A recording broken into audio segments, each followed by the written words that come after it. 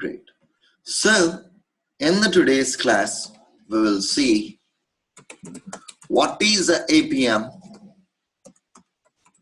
and why people are preferring this to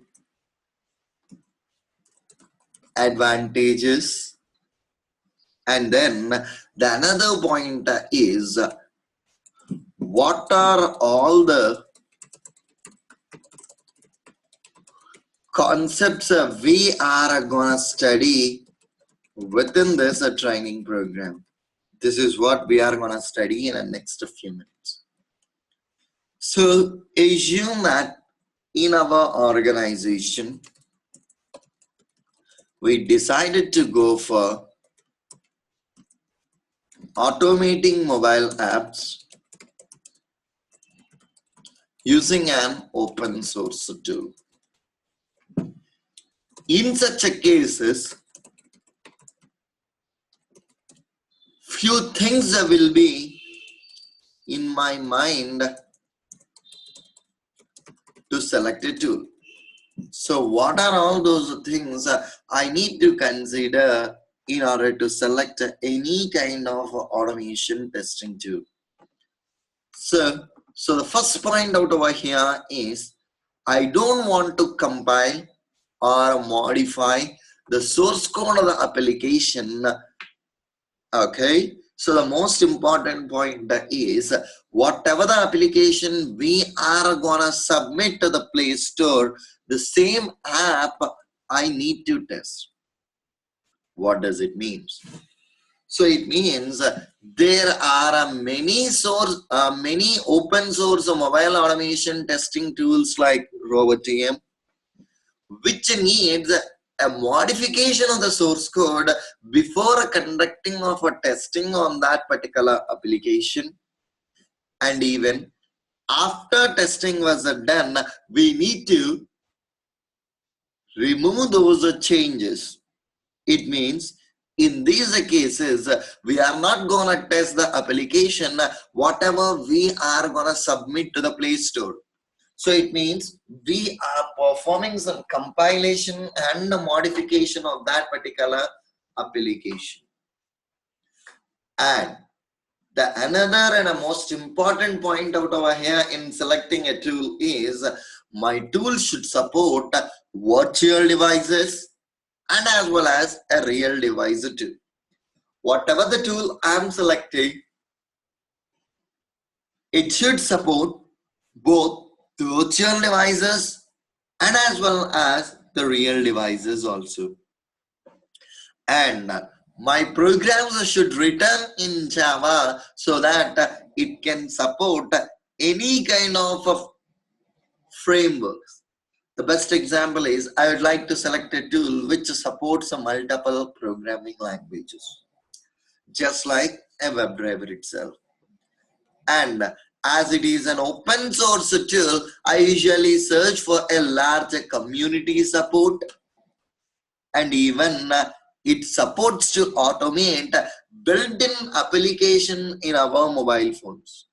Here a small terminology which we used is built-in apps like dialer, contacts, camera, etc. So these are all the apps which comes with the phone itself.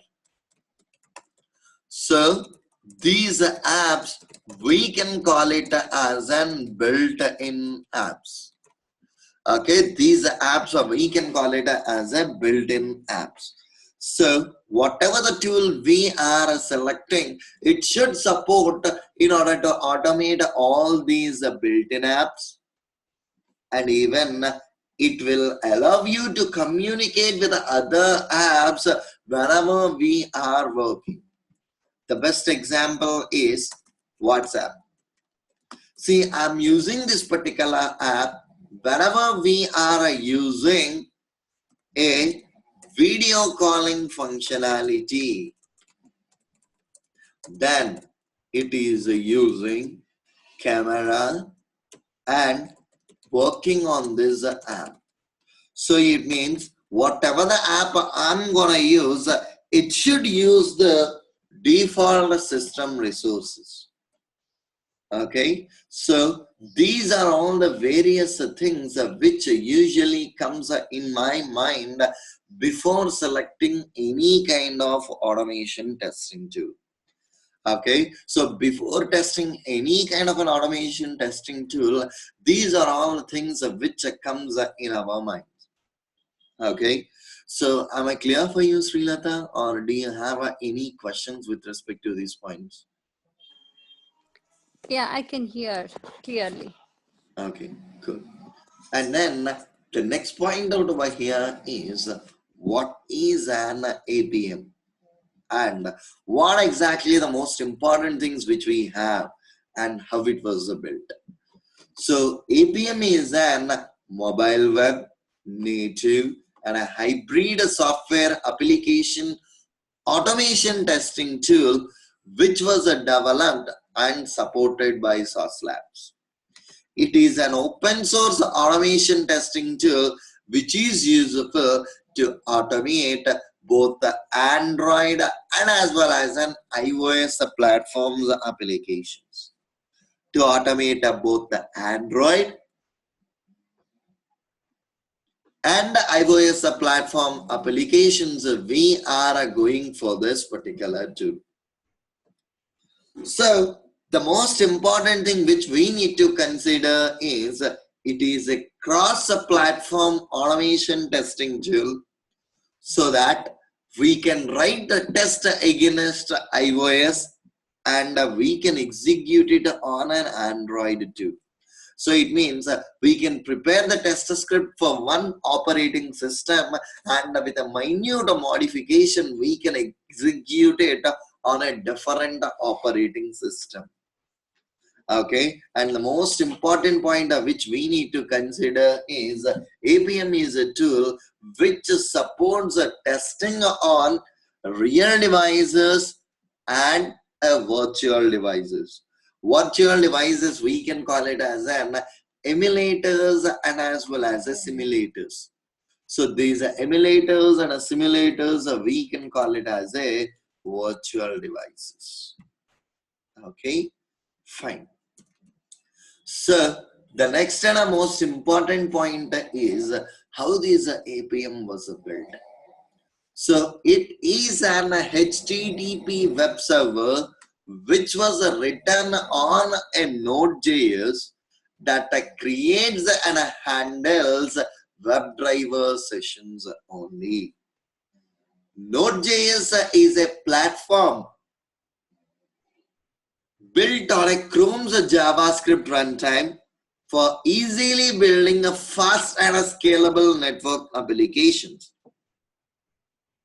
And moreover, Node.js uses an event-driven, non-blocking I/O model that makes it lightweight, efficient, and perfect for real-time applications that run across a distributed devices.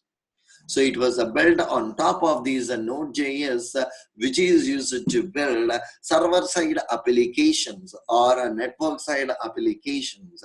Okay, fine. So what exactly this architecture of this particular APM?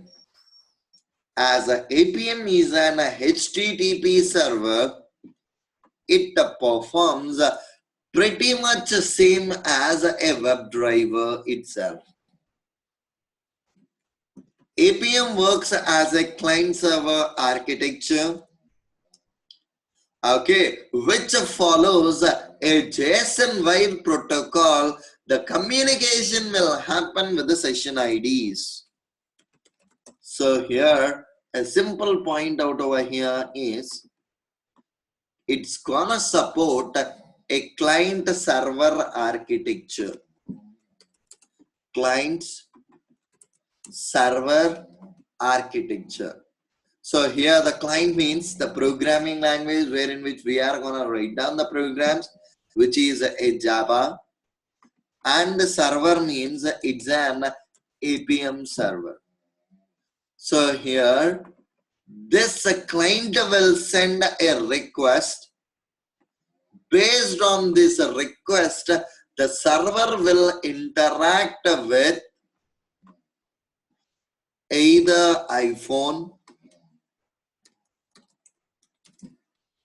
any Android device, or any virtual device. So it means here from client we will get a request. Based on the request, whatever we are getting, the server will communicate with any one of these three. Okay, so as it is following a client server and a JSON wire protocol, for each and every request, it's gonna send a response.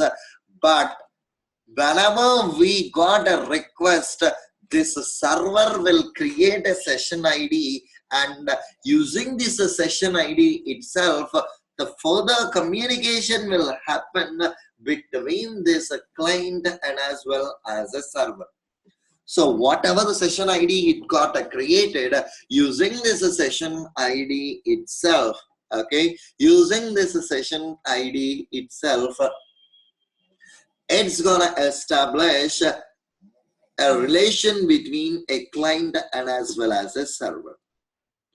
So usually a simple question will rise in our mind. Okay, right now we are specifying this session ID, but how we are relating these two means, see, this is my APPIUM server. So whenever you want to start your APPIUM server, okay, whenever you want to start your APPIUM server, we will specify a unique port number. Okay, whenever you are going to start an APPIUM server, we are going to specify a unique port number. The same port number we are going to pass it while creating a program which will establish a connection between a server and as well as this, okay, a server and as well as this client. Okay, so I'm just trying to open both the Eclipse editor and as well as this APPIUM server so that we can understand how this session will create. But the ultimate point is this session ID means here we are considering this one as a port number. Okay, it's gonna pass the support number between these two, using which the session ID is created and a further communication will be happened between these two. Okay, fine. So usually a simple question will rise in our mind. How come this client is gonna specify on which device it needs to execute the script? So here within this APPIUM, okay, within this client, we are gonna pass desired capabilities. Using these desired capabilities, we are gonna specify platform name, platform version, automation name, device name, application name. All these information we are gonna pass, okay, all these information we are gonna pass within the client using these desired capabilities, so that with the help of these desired capabilities information, the server will interact with the respective device. See here, you identified that this APPIUM server is going to start on a 4723 port, whereas while writing a program also, we need to specify the same port number, which is a 4723 itself. So with this, we are establishing a connection between a server and as well as a client with this particular port number itself. Okay, so the most important point out over here is the desired capabilities will play a major role, using which it's gonna pass the target application, the target platform, and the automation name, application information and all these things we are going to pass with this desired capabilities itself. Fine. So to understand more about these APPIUM desired capabilities, we can study from this link. Okay, we can study from this link which will gives you more details about these APPIUM desired capabilities. Okay, this will give more details about this APPIUM desired capabilities. If you navigate to APPIUM IO, so you can find more details about these APPIUM desired capabilities. Okay, so here it is. So it contains a detailed information about the design capabilities and other stuff.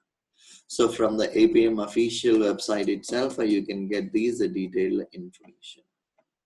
Okay, see here, APPIUM server capabilities. We need to pass an automation name. We need to pass a platform name. We need to pass a platform version, device name, app name, browser name. So based on our requirement, we need to pass the desired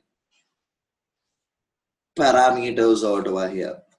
This is an Android only specification. This, and here we have an iOS only specification also.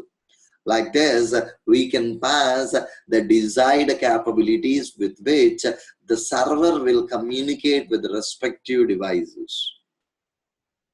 Okay, fine. Done up to here. And the next and the most important thing is about the limitations of this APPIUM2. So what are all the various limitations with respect to this too? So the basic limitations are, using this APPIUM, we can't automate the mobile devices which are having the Android API level less than 17. What is an Android API level means?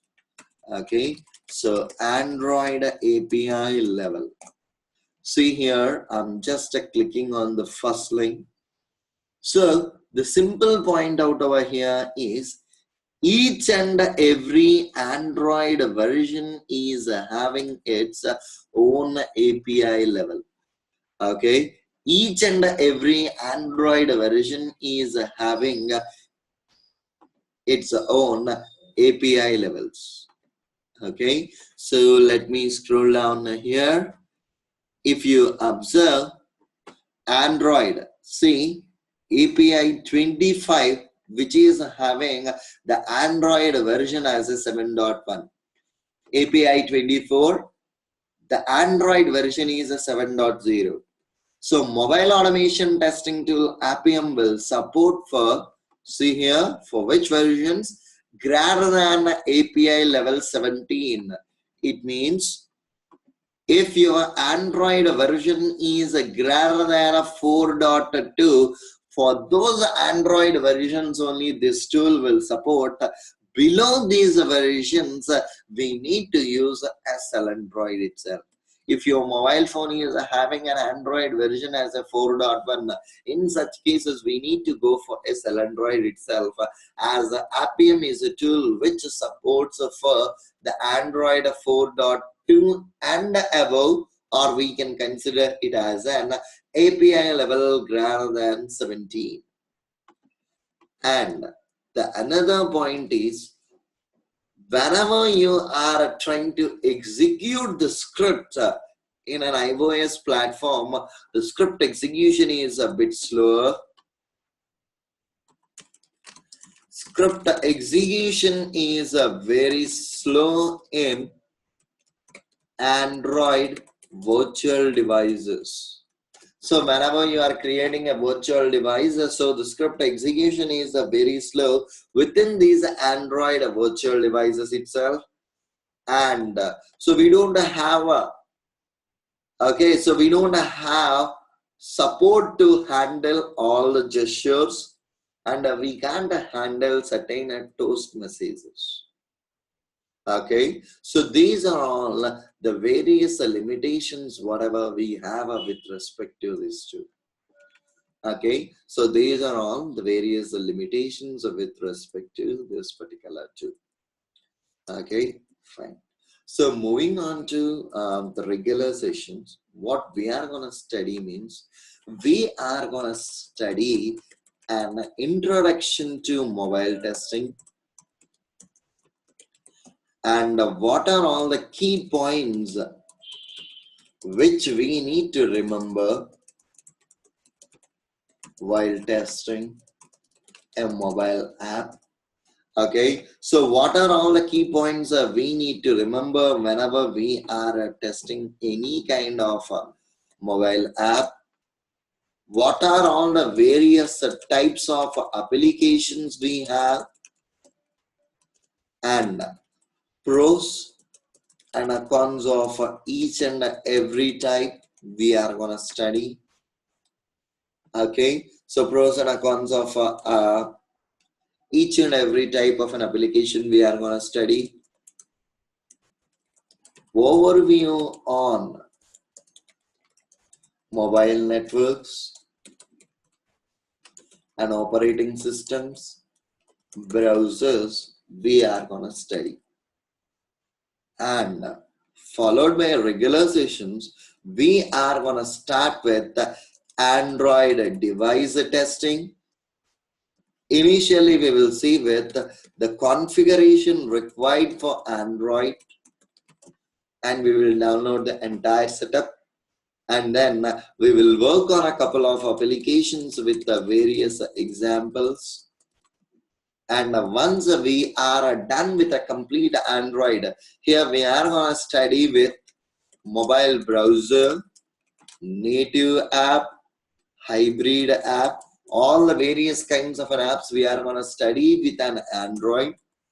And then we will go for configuration for iOS.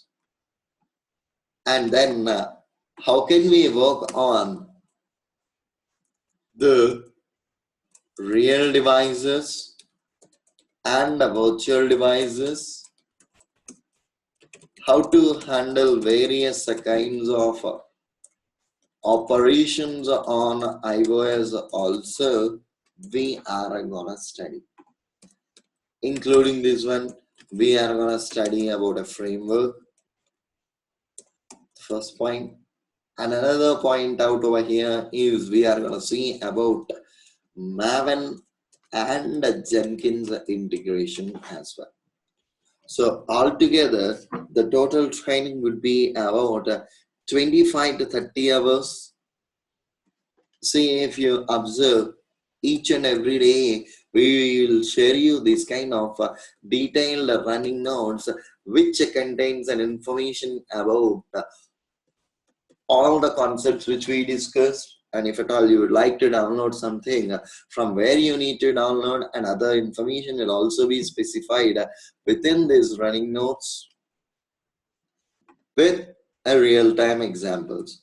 So we are going to consider a bunch of examples, and in each and every session we are going to cover with a real-time example, and we are going to see how can we execute it on a real devices and as well as a virtual devices for both Android and as well as iPhone. So this is the stuff we are going to study within this training program. Am I clear for you so far, or do you have any questions for me on this, Srilata? No. Good. So this is the concepts which I have for the demo session.